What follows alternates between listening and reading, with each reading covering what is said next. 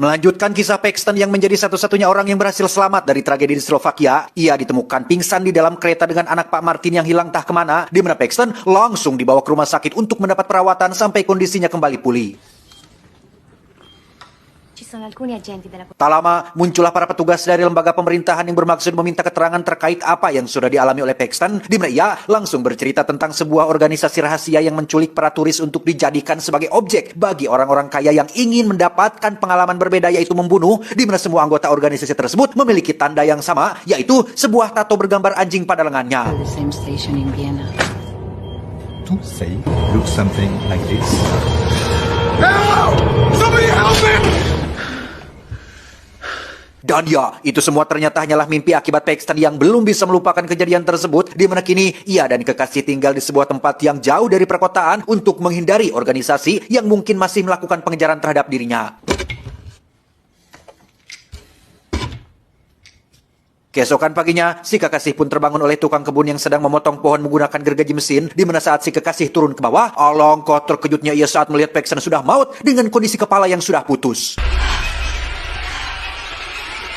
Dan ya, si tukang kebun tersebut ternyata adalah utusan dari organisasi yang ditugaskan untuk menghabisi Paxton, di mana ia membawa kotak berisi potongan kepalanya untuk diserahkan kepada seorang pria tua yang merupakan bos atau pemilik dari organisasi rahasia tersebut. Kisah akan berfokus pada anak orang kaya asal Amerika bernama Beth yang sedang kuliah di Roma, Italia, jurusan seni, di mana saat ini Beth sedang dalam kelas melukis yang kebetulan objek yang dilukisnya adalah seorang model bulucun alias tanpa busana bernama Alexi yang langsung memamerkan setiap lekukan tubuhnya di depan semua orang. Hands on your pencils, boys. Selesai dengan kelas melukis, sahabat karibet yang bernama Whitney pun mengajak liburan ke kota Praha yang lokasinya tidak terlalu jauh dari tempat mereka berada. Mendengar putrinya minta izin liburan, ayah Beth yang merupakan pria konglomerat pun bermaksud menyiapkan segala keperluan seperti pesawat jet, hotel, dan segala macam fasilitas mewah. Namun Beth, yang sejak awal tidak ingin terlalu menonjol pun, langsung menolak tawaran ayahnya dan memilih untuk liburan dengan gaya menengah ke bawah.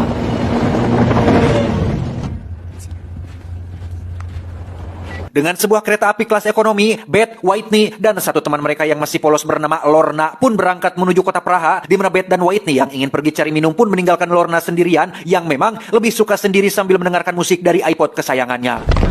Ow! Excuse you.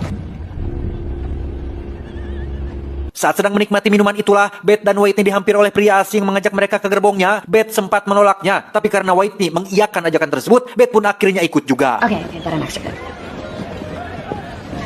Setibanya di gerbong si pria, Beth dan Whitney pun harus menghadapi beberapa teman si pria yang bersikap cunihin alias tidak sopan, yang menjurus ke hal-hal yang bersifat tidak senonoh, sehingga Beth dan Whitney yang merasa risih pun langsung pergi meninggalkan mereka semua.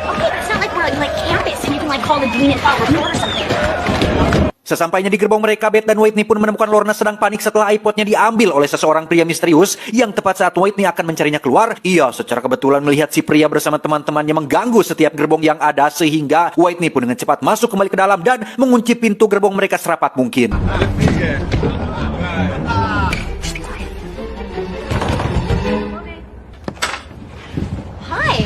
Dan ya, itu ternyata adalah Alexi yang berhasil membawa kembali iPod milik Lorna, di mana ia mengaku sedang akan pergi menuju sebuah negara bernama Slovakia dan mengajak mereka semua untuk ikut bersamanya jika ingin liburan yang keren dan menyenangkan.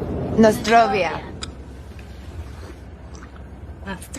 Pada akhirnya Beth CS pun tidak jadi ke Praha melainkan ikut ke Slovakia bersama dengan si Alexi, di mana hostel atau penginapan yang mereka datangi ternyata adalah hostel yang sama dengan yang pernah Paxton dan kawan-kawan di film pertama kunjungi, pun sama dengan si resepsionis yang masih sama dengan yang muncul di cerita sebelumnya. No, I got this one.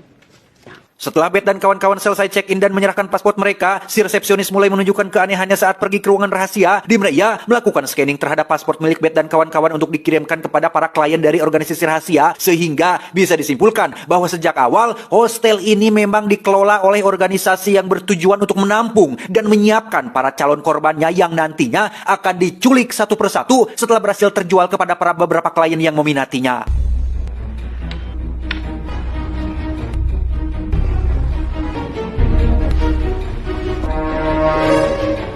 Setelah dilelang kepada beberapa orang kaya dari seluruh dunia, Lorna akhirnya terjual kepada seorang wanita kaya yang suka mandi darah, sementara Beth dan Whitney berhasil terjual kepada seorang pengusaha saham bernama Todd tidak pakai Ken, yang karena saking senangnya telah berhasil membeli mereka berdua. Todd pun dengan cepat menghubungi kawan dekatnya yang bernama, kita panggil saja Samsul, yang tidak terlalu kaya-kaya amat, bahkan sudah memiliki istri dan 2 anak yang masih kecil-kecil.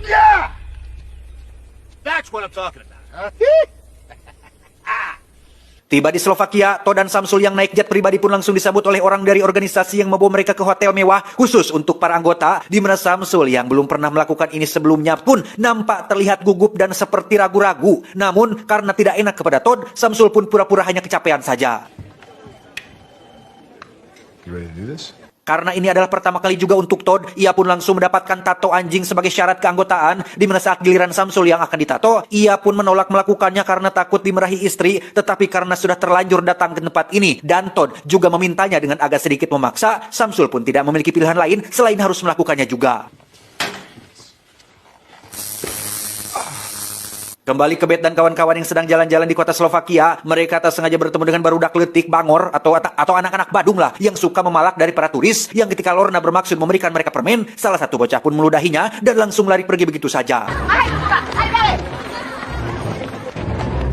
Singkat cerita, malam pun poek. Beth dan kawan-kawan terlihat menghadiri sebuah festival tahunan yang rutin diselenggarakan di kota ini. Mereka terlihat bersenang-senang menikmati suasana dan keramahan orang-orang lokal, di mana Lorna sendiri nampak didekati oleh seorang pria tinggi besar yang menawarinya berdansa, bahkan mengajaknya naik perahu melihat-lihat keindahan malam di kota ini.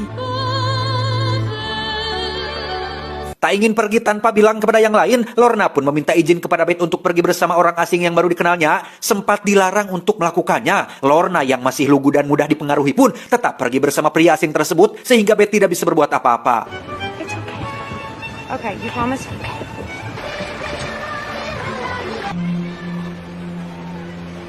Tak lama, Beth pun dihampiri oleh seorang pemuda tampan asli Slovakia yang mengajaknya untuk dansa dan katanya ingin menyampaikan sebuah pesan yang sangat penting. Namun Beth yang menilai pemuda itu mencurigakan pun menolak ajakan tersebut, sehingga si resepsionis yang ikut dalam festival pun mencoba membantu Beth, barangkali merasa risih oleh pemuda lokal barusan. Yeah, they could ring. Tanpa mereka semua sadari, Todd dan Samsul terlihat berada di festival tersebut sedang mengamati para calon korban yang akan mereka habisi, yang karena Samsul penasaran dengan latar belakang dari korbannya, ia pun memutuskan untuk menghampiri Beth dan sempat mengobrol sebentar dengannya. Cheers. Cheers, thanks. Beralih ke Lorna yang sedang naik perahu dengan si pria asing, ia dibawa menuju tempat sepi yang jauh dari keramaian, di mana saat mereka berdua sudah sampai di daratan, Lorna pun diminta untuk menutup matanya dan tiba-tiba... What are you doing? Close your eyes. Sementara Lorna sudah berhasil diculik oleh organisasi, Beth sendiri harus menjadi satu-satunya orang yang paling waspada dan paling sadar di antara mereka bertiga. Bahkan ketika melihat Whitney mabuk bersama dengan seorang cowok yang baru dikenal, Beth yang khawatir pun langsung bergerak untuk mendampinginya. You come in? Are you okay? Tiba di depan kamar hostelnya, Beth yang tak ingin kawannya dimanfaatkan pun mengusir cowok itu dari sana, tepat saat Beth sengaja melihat 2 pria mencurigakan yang sedang membereskan barang-barang di salah satu kamar tamu. Tepat di saat bersamaan, Lorna terlihat sudah berada di sebuah tempat menyeramkan dengan posisi digantung terbalik, di mana seorang wanita yang sudah membelinya pun muncul di sana untuk menikmati produk yang sudah dibayarnya dengan harga mahal. Yang seperti sudah saya sempat jelaskan di awal, wanita kaya ini punya hobi aneh, yaitu mandi getih. Sehingga dengan pedang tajam dari abad ke-17, wanita kaya ini pun langsung menghantamkan pedangnya dan... Keesokan paginya, Todd dan Samsul terlihat sedang jogging bersama mempersiapkan diri mereka untuk menyambut malam yang sangat penting nanti, di mana Samsul akhirnya mengutarakan keraguannya untuk ikut dalam hal ini, sehingga terjadilah sedikit perdebatan ketika Todd membahas tentang cerita lama mengenai hutang-hutang Samsul yang ternyata dilunasi oleh Todd, yang alhasil Samsul yang merasa hutang budi pun lagi-lagi harus dibuat tak berdaya dan harus menuruti apapun ajakan dari sahabatnya. Sementara itu, Beth dan kawan-kawan terlihat sedang mandi di pemandian umum air panas, di mana Beth yang masih kepikiran dengan keadaan Lorna pun nampak tidak terlalu bersemangat menikmati liburan ini. Bahkan ketika Alexi mendekatinya, Beth memilih untuk memejamkan mata sambil menunggu Whitney selesai dengan cowok barunya. Dan ya, ketika siuman, suasana di pemandian umum tiba-tiba sudah sepi tanpa ada satu orang pun yang terlihat, di mana Beth harus dihadapkan oleh beberapa orang dari organisasi yang bermaksud untuk menangkapnya.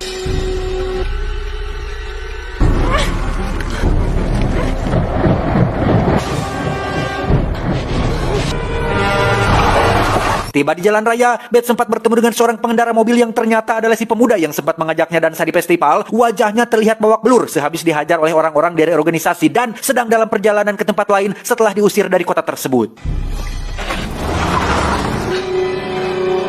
Beth pun lari ke dalam hutan dan sempat terjatuh setelah terkena perangkat tali yang dibuat oleh anak-anak Badung. Di mana saat mereka memukulinya dengan kayu, muncullah seorang pria yang ternyata adalah si bos alias pemilik organisasi yang berhasil mengusir anak-anak tersebut dan menyelamatkan Beth untuk dibawa ke rumahnya.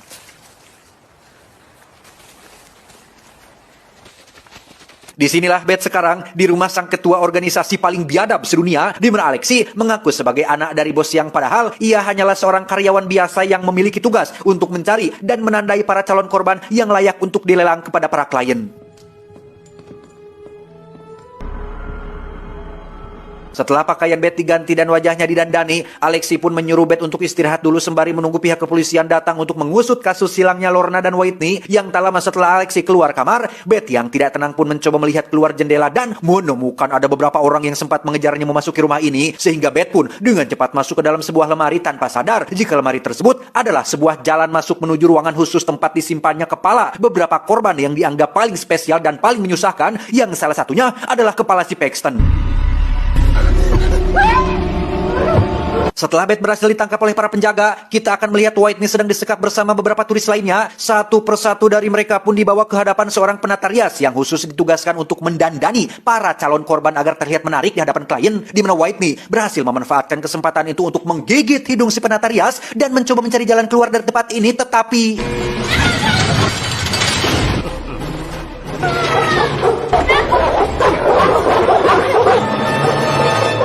setelah Beth dan Whitney sudah siap, organisasi pun langsung menghubungi Todd dan Samsul untuk segera datang ke markas. Melihat wajah Samsul yang masih ragu-ragu, Todd pun mencoba meyakinkannya dengan menjelaskan bahwa setiap orang butuh self-reward atau menghadiahi diri sendiri, yang salah satu caranya adalah dengan melakukan sesuatu yang belum pernah mereka lakukan sebelumnya. We're the normal ones.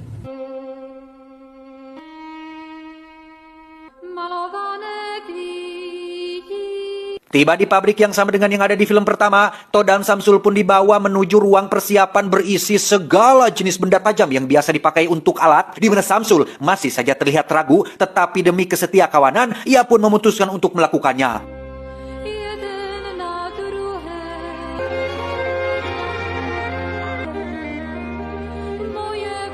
Tiba di lantai dasar, Todd dan Samsul akhirnya bersiap untuk melakukannya di kamar yang berbeda dengan Todd yang memilih Whitney sebagai objek korbannya. Sejak awal, Todd memang terlihat paling bersemangat dan paling tidak sabaran menunggu momen ini, sehingga tak heran jika saat ini ia nampak sangat kegirangan melihat wajah Whitney yang ketakutan. Namun tiba-tiba, mesin gurindanya mati akibat kabelnya yang lepas dari colokan sehingga membuat rambut Whitney nyangkut dan kulitnya mengkelupas, yang pada akhirnya Todd menunjukkan sifat asli dalam dirinya yang sebenarnya adalah pria bermental lemah yang takut melihat darah dan sok-sokan bersikap brutal agar dianggap kuat oleh orang lain.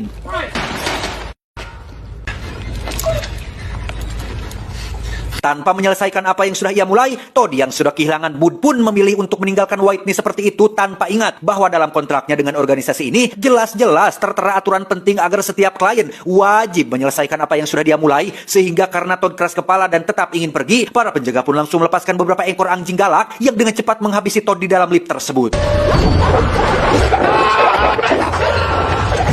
Beralih ke Samsul yang terlihat baru memasuki kamarnya, meski ia sudah tahu bahwa calon korbannya adalah Beth, namun Samsul tetap terkejut melihat sosok yang harus ia habisi adalah wanita yang sempat ia ajak ngobrol ketika di festival, di mana Samsul yang kasihan pun langsung membuka ikatan mulut dan tangannya serta meminta Beth untuk tetap tenang agar para penjaga tidak mendengar suara mereka berdua.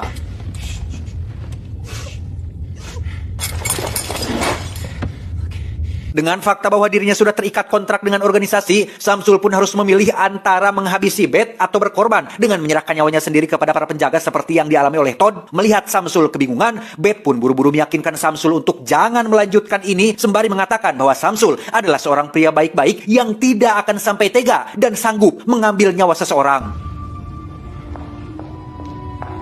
Disitulah letak kesalahan Beth saat ia tak sengaja mengucapkan kata sanggup dan tega, seolah merendahkan dan menganggap Samsul lemah yang tidak akan sanggup melawan, sehingga hal itu mengingatkan Samsul akan perlakuan Todd sahabatnya yang sering mengungkit-ungkit perihal hutang budinya di masa lalu, termasuk sering menganggapnya Samsul lemah yang harus menurut setiap perkataannya, yang alhasil Samsul yang tadinya enggan melanjutkan pun kini berubah pikiran dan langsung memukul Beth dari kepala belakangnya. Samsul yang di awal seperti orang baik pun kini berubah menjadi sosok seperti psikopat yang kembali mengikat Bet pada kursinya. Yang tak lama setelah itu, ia pun diberitahu oleh para penjaga tentang Todd sahabatnya yang sudah maut akibat melanggar kontrak yang sudah disepakati. Sejenak kita beralih dulu ke Whitney yang diobati agar bisa dijual kembali, di mana asisten si bos pun mencoba menawarkannya ke satu pelanggan yang kebetulan sedang sibuk bermain dengan seorang pemuda yang jadi cowok barunya si Whitney. Yang karena klien itu menolak, asisten si bos pun menemui klien lain yaitu Samsul yang tanpa pikir panjang langsung bersedia membeli sahabat Bet tersebut. Hanya butuh waktu kurang dari 1 menit saja untuk Samsul menghabisi Whitney. Dengan fakta bahwa dirinya tidak akan pernah bisa lolos, Bet pun mulai menjalankan alternatif kedua, yaitu memanfaatkan congornya untuk menggoda Samsul, memujinya sebagai pria jantanan kuat yang bisa memuaskan setiap wanita, sehingga Samsul yang merasa tertantang pun kembali melepaskan ikatan Bet dengan maksud untuk menggadabahnya, tanpa sadar jika momen itu Bet manfaatkan untuk membalikan keadaan dan...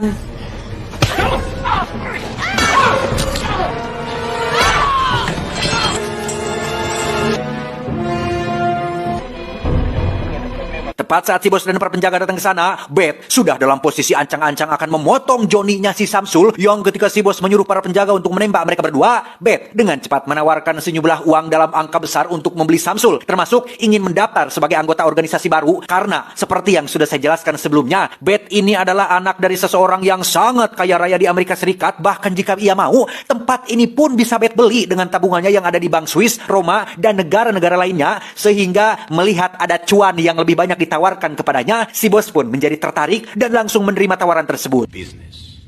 I'll pay more.